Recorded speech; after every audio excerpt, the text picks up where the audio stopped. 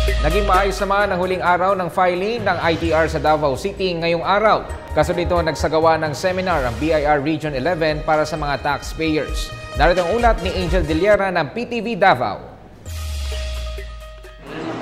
Mahaba pa rin ang pila ng taxpayers sa BIR Region 11 sa kabila ng overtime na isinagawa ng BIR noong Sabado at Lunes mula alas 8 ng umaga hanggang alas 6 ng hapon.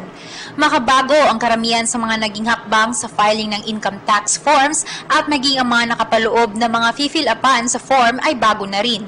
Kaya't gumawa ng seminar ang BIR Region 11 ayon kay RDO Danilo C. Mendoza sa Revenue District 113 West Davao upang gabayan ang mga taxpayers at nang hindi maligaw sa proseso at nang maging matiwasay ang kanilang proseso.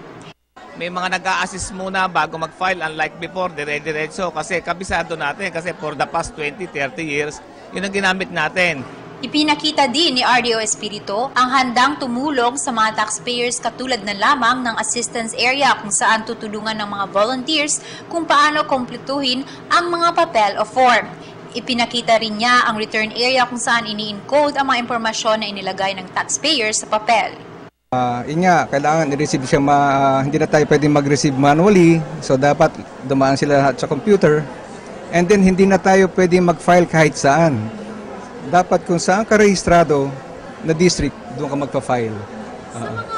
Sa kabila ng maayos na proseso, marami pa ring mga taxpayers ang nadismaya dulot sa pagbabago dahil sa hindi ito nakasanayan.